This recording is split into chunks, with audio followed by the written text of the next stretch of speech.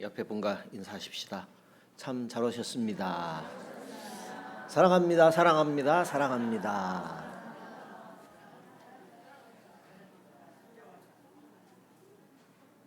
하나님께서 예레미야 선지자에게 안타까운 말씀을 하셨습니다.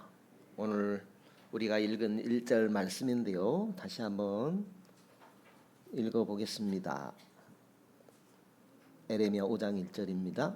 너희는 예루살렘 거리로 빨리 왕래하며 그 넓은 거리에서 찾아보고 알라. 너희가 만일 공의를 행하며 진리를 구하는 자를 한 사람이라도 찾으면 내가 이 성을 사하리라. 하나님의 다급한 음성입니다. 어서 거리로 나가서 하나님께서 원하는 사람이 한 사람이라도 있는지 찾아보아라 라는 말씀입니다. 하나님의 눈으로 볼 때에 그런 사람이 한 사람도 없다는 그런 말씀입니다. 그러니까 오늘 우리로 하면 대한민국 땅에 하나님이 원하시는 사람이 한 사람도 없다는 말입니다. 있다고 생각되어지면 가서 찾아보고 데려와 봐라 하는 이런 말씀이 되겠습니다. 그러면 용서하겠다. 그러니까 하나님은 지금 용서하지 않고 심판하겠다라는 그런 말씀이죠. 하나님께서 이 말씀을 하신 것은 지금 이 성읍, 예루살렘 성읍을 멸망시키기로 작정하셨다는 말씀을 예레미야 선지자에게 이렇게 말씀하신 것입니다. 예루살렘이라고 할 때에 남유다의 수도라 할 수 있습니다. 그 유다 왕국에 죄가 가득 차서 하나님께서 멸망시켜야 하겠다는 말씀이었습니다. 그렇다면 하나님께서는 왜 유다 왕국을 멸망시키려고 하는 것일까요? 정말로 유다 왕국 전체에서 하나님께서 찾으시는 그 한 사람이 없기 때문에 멸망시킨다고 하면은 참 이해가 되지 않을 것 같습니다. 적어도 한두 사람은 있을 법하지 않습니까? 한 10명 정도는 있지 않겠습니까? 유다 왕국 안에 하나님을 섬긴다는 사람들이 얼마나 많이 있지 않겠습니까? 그 중에는 제사장들도 있을 것이고 종교 지도자들도 있을 것이고 또 하나님이 택한 내인들도 있을 것이고 이런 신앙인들이 많이 있었을 것입니다. 그런데 한 사람도 없다라는 하나님의 말씀입니다. 그러면 그 열심히 하나님을 믿는다는 사람들이 듣기에 하나님의 이 말씀은 기분이 좋지 않은 섭섭한 말씀이 아니겠습니까? 나름대로 하나님을 열심히 섬기는 사람들이 있었을 것입니다. 제사장을 비롯해서 많은 백성들이 땀 흘리며 수고하며 하나님을 열심히 섬기는 사람들이 있었을 것입니다. 그 하나님의 사람들이 하나님께서 말씀하시는 하나님이 찾으시는 그 한 사람이 없다 하는 이 말씀을 들을 때에 참으로 뭐랄까요? 섭섭했을 것입니다. 그렇다면은 하나님께서 찾아오라는 그 한 사람은 어떤 사람일까요? 하나님께서 왜 이 한 사람이라도 있는가 찾아보아라 이런 말씀을 하시고 계실까요? 그러나 하나님의 이 말씀, 하나님께서 찾으시는 한 사람은 정말로 없었던 것입니다. 정말로 하나님께서 찾으시는 그 한 사람이 없었습니다. 그래서 하나님께서 자기 백성들을 바라보시며 탄식하는 표현이었습니다. 7절을 보시죠. 7절입니다. 같이 읽어보시죠.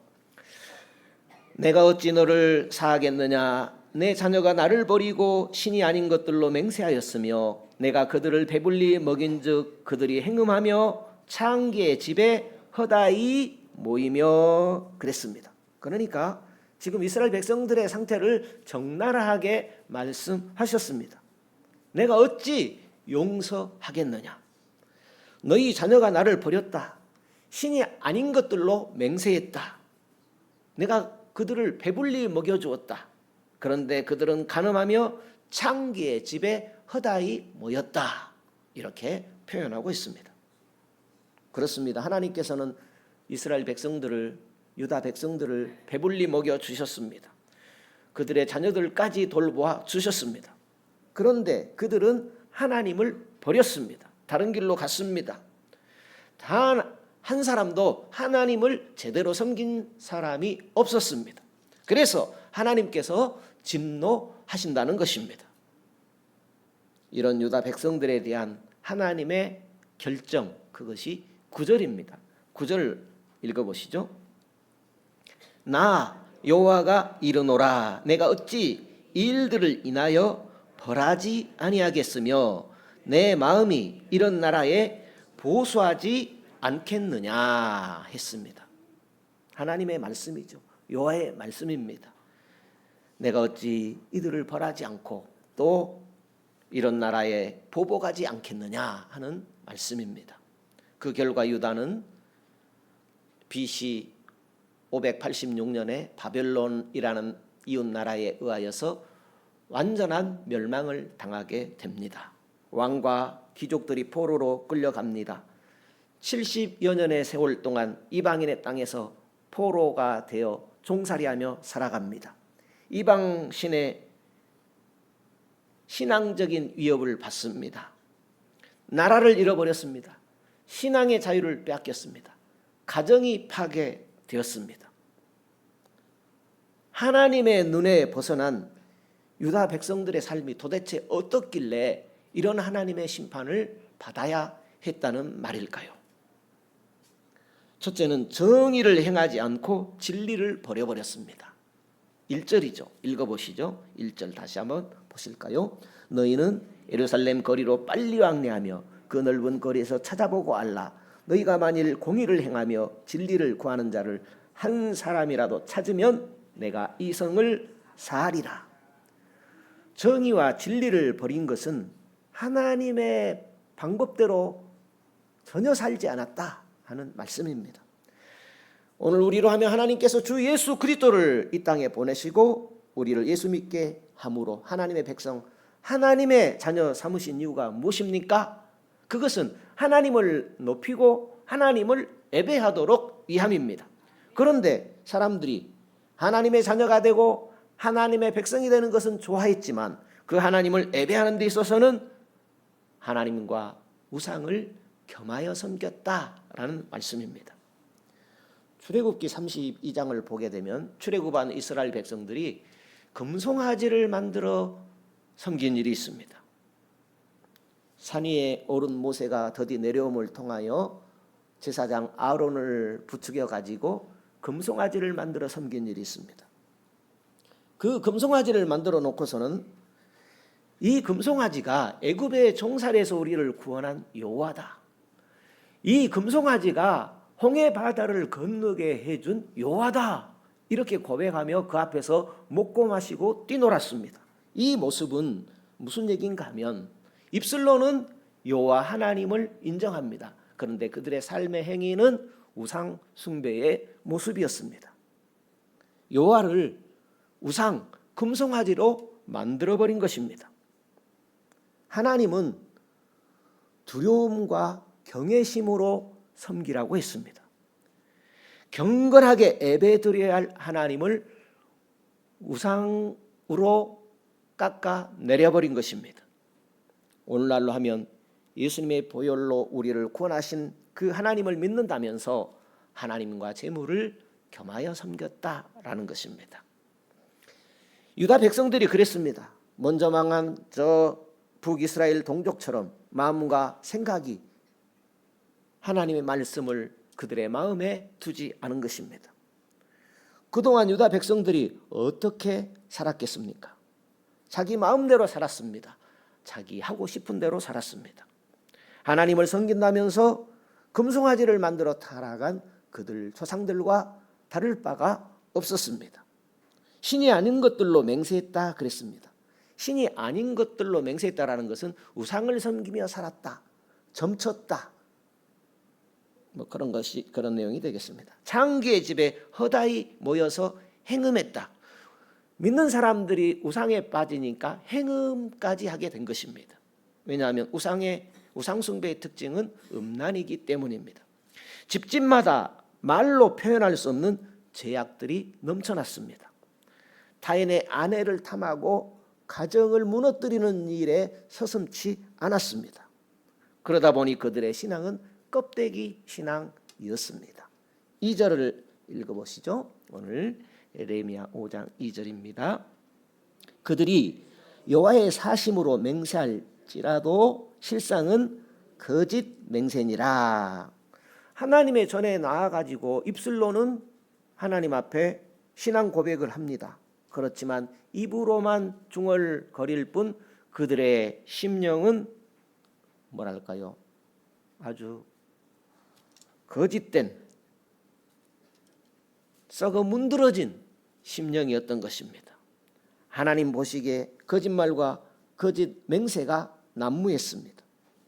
설교자도 거짓말하고 모든 예배자들이 다 거짓으로 살았습니다.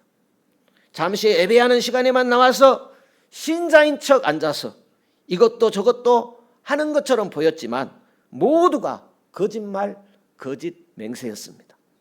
하나님의 눈에 제대로 예배하는 자들이 단 한 사람도 없었습니다. 단 한 사람도 없었습니다. 얼마나 기가 막히셨으면 예레미야에게 네가 직접 나가서 제대로 된 자들이 단 한 명이라도 있는지 살펴보아라. 없다라는 것입니다. 그들의 마음은 하나님을 떠났으며 완악하기가 바윗돌보다도 더 단단했다 그랬습니다. 그들은 얼마나 완악했던지 하나님께서 야단치셔도 귓등으로 들었어요. 귀 속으로 들어야 되는데 마음 가운데 박혀야 되는데 그냥 휙 지나가고 만 것입니다. 하나님께서 진노하셔서 그들에게 벌을 내려도 전혀 요동하지 않았습니다. 더 이상 하나님이 손 쓰실 방법이 없을 정도였습니다. 그들의 얼굴의 뻔뻔하기가 바위보다 더 단단했습니다. 거짓으로 예배하면서도 거짓말하면서도 얼굴색 하나 변하지 않았습니다. 그 뻔뻔하기가 바윗돌 같았다 했습니다. 더 이상 유다 백성들에게 하나님에 대한 경건함 또 두려움, 경외심이란 찾아볼 수가 없었습니다. 성도 여러분, 하나님께서 우리를 하나님의 백성 삼으시고 하나님의 자녀 삼으신 목적이 무엇이라고 생각하십니까? 그것은 하나님을 높이고 하나님을 예배하도록 하기 위함이 아니겠습니까? 성경을 잠시 보실까요? 히브리서 12장에 이런 내용이 있습니다. 369페이지입니다. 히브리서 12장 28절입니다. 히브리서 12장 28절에 그러므로 우리가 진동치 못할 나라를 받았은즉 은혜를 받자 이로 말미암아 경건함과 두려움으로 하나님을 기쁘시게 섬길지니 우리 하나님은 소멸하는 불의심이니라. 하나님을 기쁘시게 섬길 자들이 예수 믿는 사람들이다라는 말씀입니다. 하나님은 소멸하는 불의시다. 이 말씀은 알곡과 쭉정이를 고르시는 하나님이시다라는 거죠. 쭉정이는 불에 태우신다 그랬죠. 그리고 더 심각한 문제가 있었습니다. 그것은 지도자들도 예외가 아니었습니다. 5절에 보면 여기 귀인들은 지도자들을 말합니다. 내가 귀인들에게 가서 그들에게 말하리라. 그들은 여호와의 길 자기 하나님의 법을 안다 하였더니 그들도 일제히 그 멍에를 꺾고 결박을 끊은지라 했습니다. 그러니까 하나님의 길을 알고 하나님의 법을 가르친다는 그 지도자들마저 일제히 하나님의 법을 멍에로 여기고 버려버렸다라는 말씀입니다. 그나마 희망을 걸었던 지도자들마저 이렇게 타락해 버린 것이 아주 큰 문제였습니다. 그래서 하나님의 눈으로 볼 때에 온 백성이 총체적으로 타락에 빠졌던 것입니다. 종교인으로부터 일반 백성 모두가 다 하나님을 떠난 것입니다. 몸은 주일날 교회에 나와 있는데 마음 가운데 하나님이 없었던 것입니다. 하나님께서 유다 백성을 더 이상 용서할 수 없는 한계에 이르렀습니다. 그래서 BC 586년 유다라는 나라는 멸망하기 시작합니다. 결국 하나님은 바벨론이라는 나라를 수풀에서 나오는 사자처럼 사막에서 이리와 표범처럼 사용하셔서 그들의 허물과 반역에 대한 심판을 행하셨습니다. 그것이 6절입니다. 6절을 읽어볼까요? 그러므로 수풀에서 나오는 사자가 그들을 죽이며 사막의 이리가 그들을 멸하며 표범이 성읍들을 엿보온즉 그리로 나오는 자마다 찢기 오리니 이는 그들의 허물이 많고 패역이 심함이니이다.